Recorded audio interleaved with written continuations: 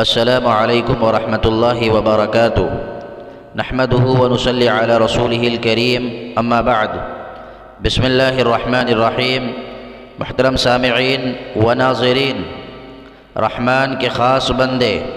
سلسلہ نمبر 11 آپ کے سامنے پیش کیا جا رہا ہے، جس کا عنوان ہے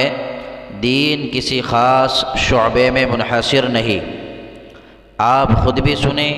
اور اپنے دوست و احباب کو بھی شیئر کریں۔ شریعت اسلامیہ مختلف شعبوں پر مشتمل ہے اور ہر شعبے کی اپنی جگہ مستقل اہمیت ہے، جن میں سے کسی بھی شعبے کی تنقیص روا نہیں۔ دین کا کام تقسیم کار کے اصول پر چلتا ہے، یعنی مختلف افراد، جماعتیں اور تنظیمیں الگ الگ شعبوں سے وابستہ ہو کر دین کی خدمت بجا لائیں، لیکن نہ تو دین کو اپنے شعبے میں منحصر سمجھیں اور نہ ہی دوسرے شعبوں سے وابستہ لوگوں کی تحقیر و تنقیص کریں، بلکہ سب لوگ ایک دوسرے کی خیر خواہی اور قدردانی کے ساتھ دین کی سربلندی کے مشترکہ اور متفقہ مقصد کو سامنے رکھ کر خدمات انجام دیں، تو بلا شبہ دین کو عزت ملے گی اور کام کرنے والے لوگوں کی حوصلہ افزائی ہوگی۔ اس کے برخلاف اگر اس معاملے میں افراط و تفریط کا ماحول بن جائے، یعنی جو شخص جس شعبے سے وابستہ ہو وہ اسی کو سب کچھ سمجھے اور دوسرے شعبوں سے بالکل نظریں پھیر لے، تو اس سے نہ صرف یہ کہ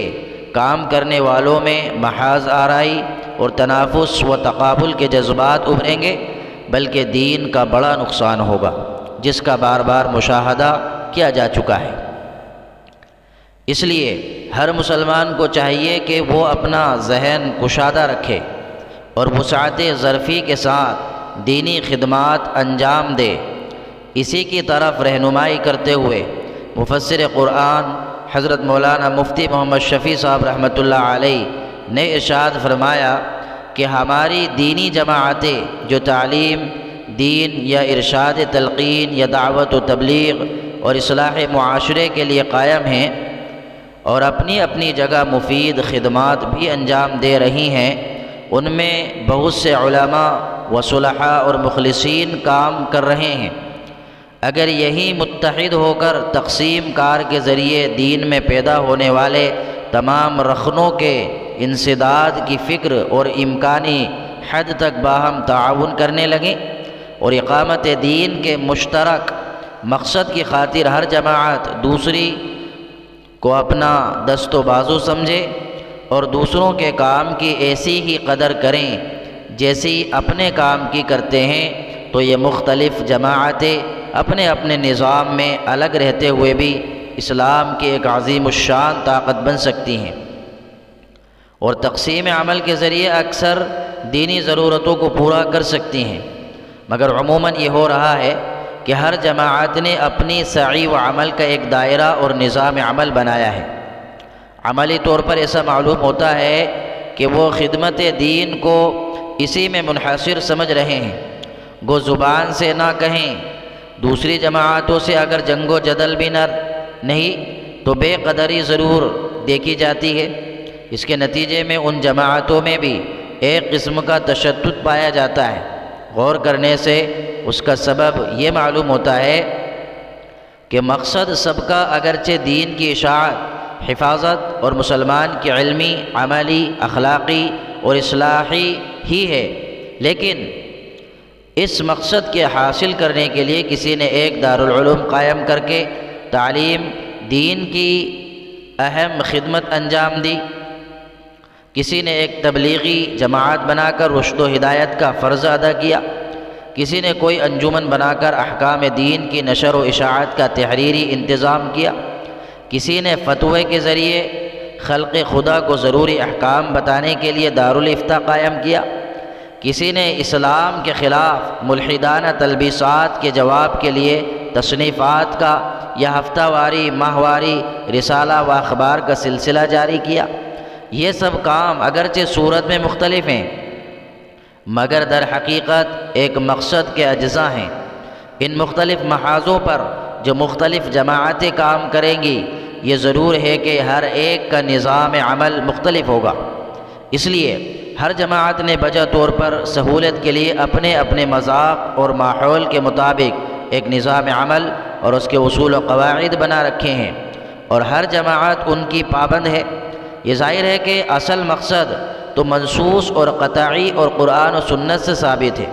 اس سے انحراف کرنا قرآن و سنت کی حدود سے نکلنا ہے۔ لیکن یہ اپنا بنایا ہوا نظام عمل اور اس کے تنظیمی اصول و قواعد نہ منصوص ہیں، نہ ان کا اتباع از روئے شرع ہر ایک کے لیے ضروری ہے، بلکہ جماعت کے ذمہ داروں نے سہولت عمل کے لیے ان کو اختیار کر لیا ہے۔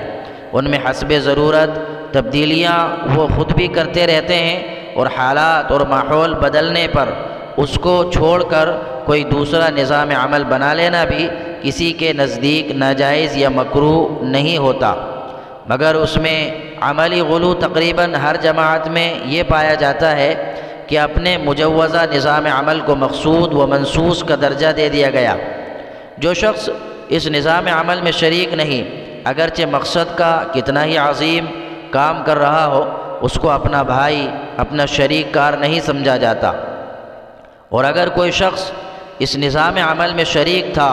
پھر کسی وجہ سے اس میں شریک نہ رہا، تو عملاً اسے اصل مقصد اور دین سے منحرف سمجھ لیا جاتا ہے، اور اس کے ساتھ وہی معاملہ کیا جاتا ہے جو دین سے انحراف کرنے والوں کے ساتھ ہونا چاہیے، اگرچہ وہ اصل مقصد یعنی اقامت دین کی خدمت پہلے سے بھی زیادہ کرنے لگے۔ اس غلو کے نتیجے میں وہیں اور گروہ بندی کی آفتیں اچھے خاصے دیندار لوگوں میں پیدا ہو جاتی ہیں، جو جاہلی عصبیتوں میں مبتلا لوگوں میں پائی جاتی ہیں۔ صرف اپنے ہی کام کو دین کا کام سمجھنا غلطی ہے، اور برکت العصر شیخ الحدیث حضرت مولانا محمد زکریا صاحب مہاجر مدنی نور اللہ مرقدہ اس بے احتیاطی پر تنبیہ کرتے ہوئے ارشاد فرماتے ہیں کہ محض اس وجہ سے کہ ہم ایک کام میں لگے ہوئے ہیں یا ہمارے نزدیک ایک کام اہم ہے، باقی سارے عبادات پر اور دوسرے سارے دینی کاموں پر پانی پھیر دینا سخت ناانصافی ہے۔ میرا مقصود یہ نہیں کہ اس کی ترغیب نہ دی جائے یا دوسروں کو اس طرف متوجہ نہ کیا جائے، میرا مقصود یہ ہے کہ اس میں اتنا غلو نہ کیا جائے جو حدود سے متجاوز ہو جائے، کہ نہ اس کے مقابلے میں کوئی فرض رہے، نہ واجب، نہ عذر رہے، نہ معذرت۔ جو لوگ اس کے سلسلے میں منسلک نہ ہوں وہ جہنمی بنا دیے جائیں، وہ بے ایمان اور کافروں میں شمار کر دیے جائیں، جیسے کہ بہت سی تقریروں اور تحریروں میں دیکھا جاتا ہے۔ اور بہت زیادہ تعجب کی بات یہ ہے کہ بعض اونچے درجے کے اکابر اور ذمہ دار حضرات کی زبان سے بھی ایسے لفظ نکل جاتے ہیں۔ حضور اقدس صلی اللہ علیہ وسلم کا ارشاد ہے کہ جو شخص کسی کے بارے میں ایسی بات کو شائع کرے جس سے وہ بری ہے، تو حق تعالی شانہ اس کو قیامت کے دن جہنم میں پگھلائیں گے، یہاں تک کہ اپنی بات کو سچا ثابت کرے۔ در منصور سنن ابی داؤد کتاب القضاء۔ دعوت و تبلیغ کا کوئی خاص طریقہ لازم نہیں،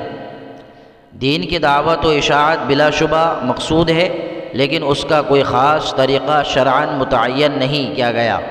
بلکہ ضرورت، تقاضا اور زمانے کے اعتبار سے اس کی صورتیں مختلف ہو سکتی ہیں۔ مثلا جہاد، وعظ و خطابت، درس و تدریس، تصوف و احسان اور افتاء و تصنیف وغیرہ، ان سب پر جزوی یا کلی طور پر دعوت کا مفہوم صادق آتا ہے۔ اب اگر کوئی دعوت و تبلیغ کے مفہوم کو صرف اپنے بنائے ہوئے طریقہ کار تک محدود کر لے تو یہ غلو اور زیادتی کی بات ہوگی جو شرعاً قابل قبول نہیں ہے۔ چنانچہ مفکر اسلام حضرت مولانا سید ابو الحسن علی میاں ندوی رحمۃ اللہ علیہ اس غلو پر تنبیہ کرتے ہوئے ایک خطبے میں ارشاد فرماتے ہیں کہ اب دعوت اللہ کی مثال لیجئے، اللہ کی طرف اور اس کے دین کی طرف لوگوں کو بلانا فرض ہے، انفرادی ہو یا اجتماعی، تقریر سے ہو یا تحریر سے، اعلانیہ ہو یا خلوت میں، اس میں کوئی شکل متعین نہیں۔ لہذا دعوت دین کا کام کرنے والے ہر فرد و جماعت کو اختیار ہے کہ کہ وہ جس ماحول میں اپنے لیے جو طریقہ صحیح جانے وہ مقرر کرے، اور اپنی سعی و جہد کا جو طرز مناسب اور مفید سمجھے وہ اختیار کرے۔ اس میں کسی کو جائز یا ناجائز کہنے یا کوئی روک لگانے کا حق حاصل نہیں ہے جب تک کہ اس میں کوئی ایسا عنصر شامل نہ ہو جائے جو شرعی طور پر منکر یا مقاصد دینیہ کے لیے مضر ہو۔ بعض عوامی حلقوں میں اس وقت ان دونوں حصوں کو خلط ملط کر دیا جاتا ہے، منصوص کو غیر منصوص کا درجہ دیا جاتا ہے اور غیر منصوص کو منصوص کے مقام پر پہنچا دیا جاتا ہے۔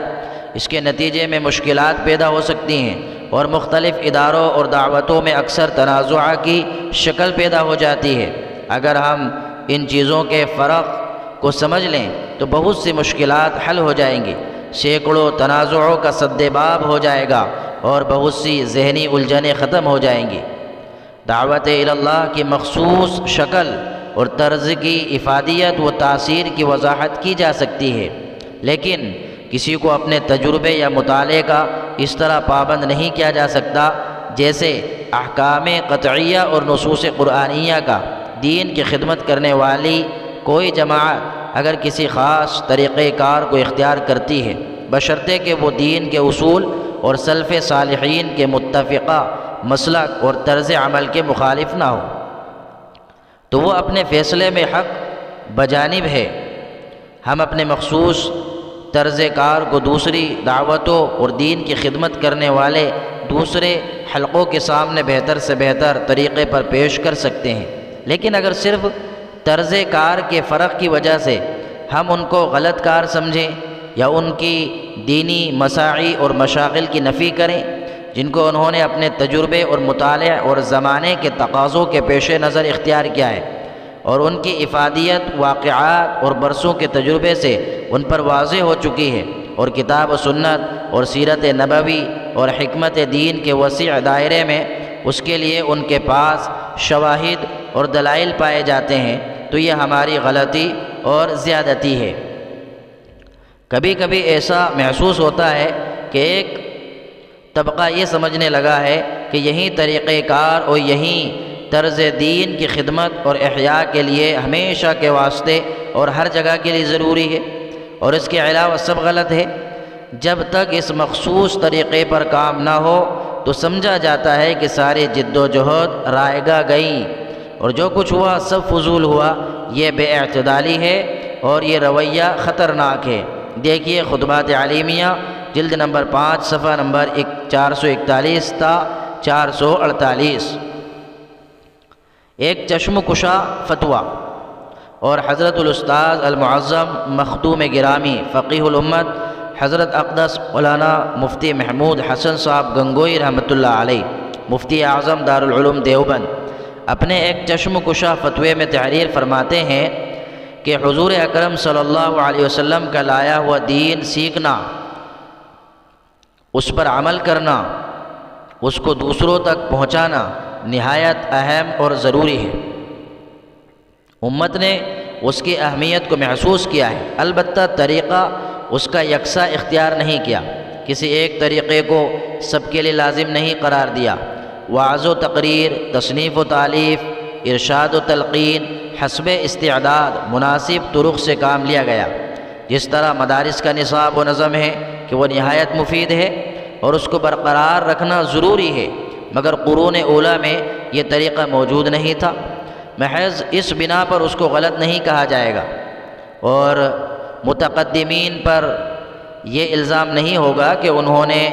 اس کو کیوں اختیار نہیں کیا، لیکن جو شخص مدرسے میں داخل نہ ہو اس کو مطعون و ملعون نہیں قرار دیا جائے گا۔ بہت یہ کہا جائے گا کہ وہ اس نصاب کے فوائد سے بے بہرا ہے۔ اس دور میں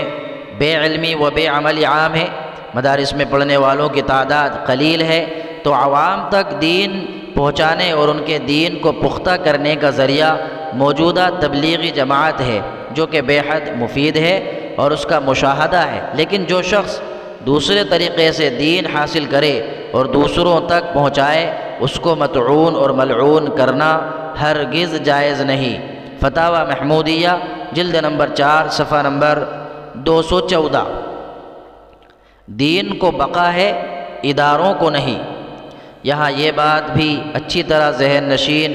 کر لینی چاہیے کہ تا قیامت دین کی بقا اور حفاظت کا اللہ کی طرف سے وعدہ ہے، اس لیے مجموعی حیثیت سے انشاءاللہ دین اپنی اصلی شکل و صورت میں زندہ اور باقی رہے گا، اور کسی مٹانے والے کے مٹانے سے ہرگز مٹ نہیں پائے گا، جیسا کہ پیغمبر علیہ السلام کا ارشاد ہے، لا يزال من امتی امت قائمۃ بامر اللہ لا يضرهم من خذلهم ولا من خالفهم حتى يأتيهم امر اللہ، صحیح البخاری۔ میری امت میں ایک جماعت اللہ کے حکم پر قائم رہے گی، جس کی مخالفت کرنے والے اور ذلیل کرنے والے اس جماعت کو نقصان نہ پہنچا پائیں گے، یہاں تک کہ اسی حالت پر رہتے ہوئے اللہ کا حکم قیامت قریب آ جائے۔ تاہم ایک غیر متعین جماعت کے تا قیامت حق پر قائم رہنے کی بشارت کے باوجود متعین طور پر کسی دینی ادارے، تنظیم اور جماعت کی حفاظت اور بقا کا کوئی وعدہ منصوص نہیں ہے۔ چنانچہ تاریخ شاہد ہے کہ کتنے ہی عظیم الشان ادارے وجود میں آئیں، لیکن مرور زمانے کے بعد اپنے وقت پر تاریخ کا حصہ بن گئے۔ اس لیے کسی بھی ادارے سے وابستہ افراد اس غلط فہمی میں ہرگز نہ رہیں کہ ان کا ادارہ دائمی حیثیت رکھتا ہے۔ البتہ یہ ضرور ہے کہ جو ادارے جس قدر شرعی اصول و حدود پر قائم رہیں گے اتنی ہی ان کی افادیت بڑھتی چلی جائے گی، اور جس قدر شرعی حدود سے انحراف ہوگا اتنا ہی ان اداروں کا دائرہ محدود سے محدود تر ہوتا چلا جائے گا، اور ممکن ہے کہ ان کا نام و نشان ہی مٹ جائے، جیسا کہ اس آیت سے مستفاد ہوتا ہے۔ ارشاد خداوندی ہے، اعوذ باللہ من الشیطان الرجیم وَإِن تَتَوَلَّوْا يَسْتَبْدِلْ قَوْمًا غَيْرَكُمْ ثُمَّ لَا يَكُونُوا أَمْثَالَكُمْ، سورہ محمد آیت نمبر 38۔ اگر تم پھر جاؤ گے تو تمہارے بجائے اور لوگوں کو بدل دے گا، پھر وہ تمہاری طرح نہ ہوں گے۔ لہٰذا جو لوگ بھی اپنے اداروں اور جماعتوں کی بقا کا انتظام کرنا چاہتے ہیں انہیں نفسانیت سے اوپر اٹھ کر ہر سطح پر شرعی حدود کی رعایت رکھتے ہوئے ہر ممکن طور پر